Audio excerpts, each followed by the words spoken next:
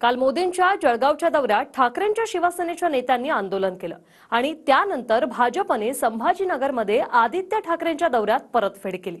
भाजपच्या आंदोलनानंतर ठाकरेंचे कार्यकर्तेही आक्रमक झाले आणि त्यानंतर पोलिसांकडून लाठीचार्ज झाला।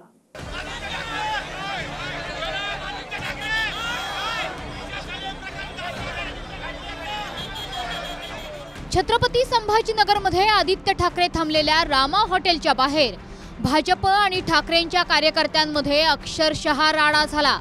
पोलिसांवरही लाठीचार्ज करण्याची वेळ आली। रविवारी पंतप्रधान मोदींच्या जळगाव दौऱ्यावेळी संभाजीनगरच्या चिखलठाणा विमानतळाबाहेर ठाकरेंच्या शिवसेनेनं आंदोलन केलं।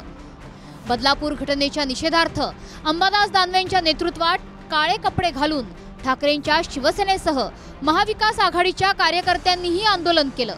त्याच आंदोलनाची परतफेड करण्यासाठी भाजपनेही आदित्य ठाकरेंच्या संभाजीनगरच्या दौऱ्यात दिशा सालियांच्या प्रकरणावरून जवाब दो आंदोलन केलं। काल आमच्या आंदोलनामध्ये कुठेही काय कायदा सुव्यवस्थेचा त्रास झाला होता का हे मला सांगा तुम्ही। आत्ताचे आक्रमक आंदोलन करू नये हे मी कधीच बोलत नाही। आंदोलन करणं गरजेचं आणि तो आपला हक्क आहे, प्रत्येकाला लोकशाहीत हक्क आहे।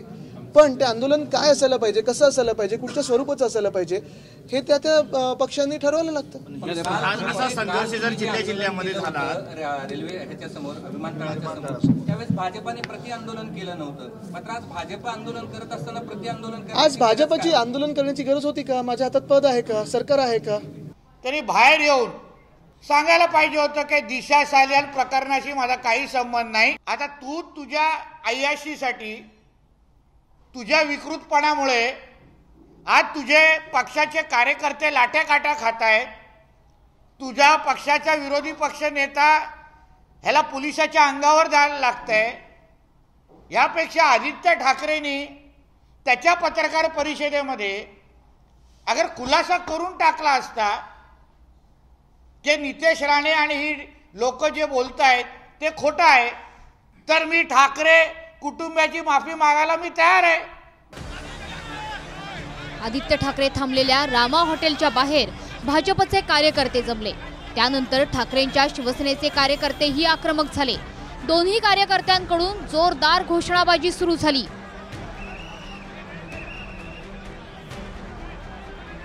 दोन्ही पक्षांचे कार्यकर्ते आमने सामने आले आणि अक्षरशः हाणामारी झाली।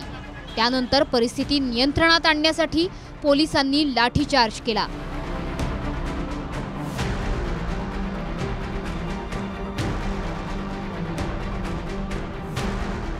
आता काय सरकार त्यांच्या हातात आहे आणि मी परत तुम्हाला सांगतो पोलिसांना दोष देत नाही, कारण पोलिसांना आदेश येतात। आपण तसं पाहायला गेलं तर जरांगे पाटील साहेबांवर जो लाठीचार्ज झाला होता, जी गोळीबार तिथे 2-4 गोळ्या उडवल्या होत्या, त्या कोणाच्या आदेशावर नव्हत्या। कदाचित तुम्ही पोलिसांवर कारवाई केली असेल, एसपींवर कारवाई केली असेल, हे सगळं झालं असेल, पण सीएम की 2 डीसीएम ह्याच्यातला खरा जनरल डायर कोण? वारकऱ्यांवर ज्यांनी लाठीचार्ज केला होता तो आदेश कोणी दिला होता? परवाच्या बदलापूरमध्ये जे आंदोलन करत होते सगळे स्थानिक नागरिक होते, त्यांना राजकीय बोलण्याची जी हिंमत आणि निर्लज्जपणा घटनाबाह्य मुख्यमंत्र्यांनी दाखवली, लाठीचार्जचा आदेश कोणी दिला होता हे कळू द्या।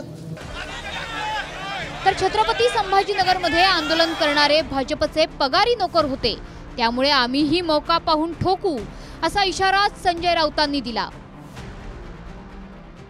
ये बीजेपी वालों की औकात नहीं है हमारे सामने हंगामा करे। ये सब पेड वर्कर है, ये गुंडे हैं, ये पैसा देकर लाए जाते हैं हमें बदनाम करने के लिए। उनका आईटी सेल हो या ये जो लोग हैं आप बोल रहे हैं, ठीक है देख लेंगे, हमारा भी मौका आएगा तो ठोक देंगे। आज स्वतः दुसऱ्याचा पगारी नोकर आहे, तुम आम्हाला काय सांगतो पगारी नोकर कसा असतो? हो, काय आयुष्यात कुठली मच्छर तरी मारली आहे का?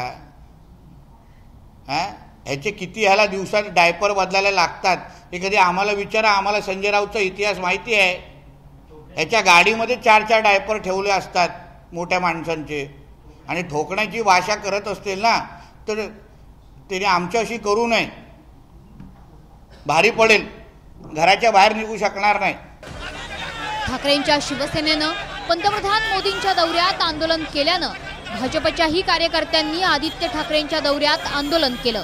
पोलिसांनी ठाकरे आणि भाजपच्या दोन्ही कार्यकर्त्यांवर दंगलीचे गुन्हे दाखल केले। भाजपच्या 32 तर ठाकरेंच्या शिवसेनेच्या तब्बल 28 कार्यकर्त्यांवर गुन्हे दाखल झालेत. सिडको पोलीस ठाण्यात कलम 189(2), कलम 190, कलम 191(1) आणि कलम 132 नुसार गुन्ह्यांची नोंद करण्यात आली आहे. दरम्यान आदित्य ठाकरे संभाजीनगरमधून बाहेर पडल्यावर ताब्यात घेतलेल्या दोन्ही पक्षांच्या कार्यकर्त्यांना पोलिसांनी सोडून दिलाय. दत्ता कनवटे, TV9 मराठी, छत्रपती संभाजीनगर.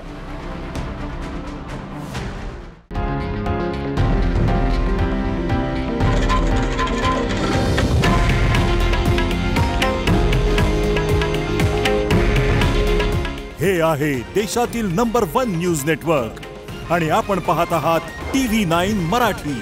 काळजी तुमची, हित महाराष्ट्राचं.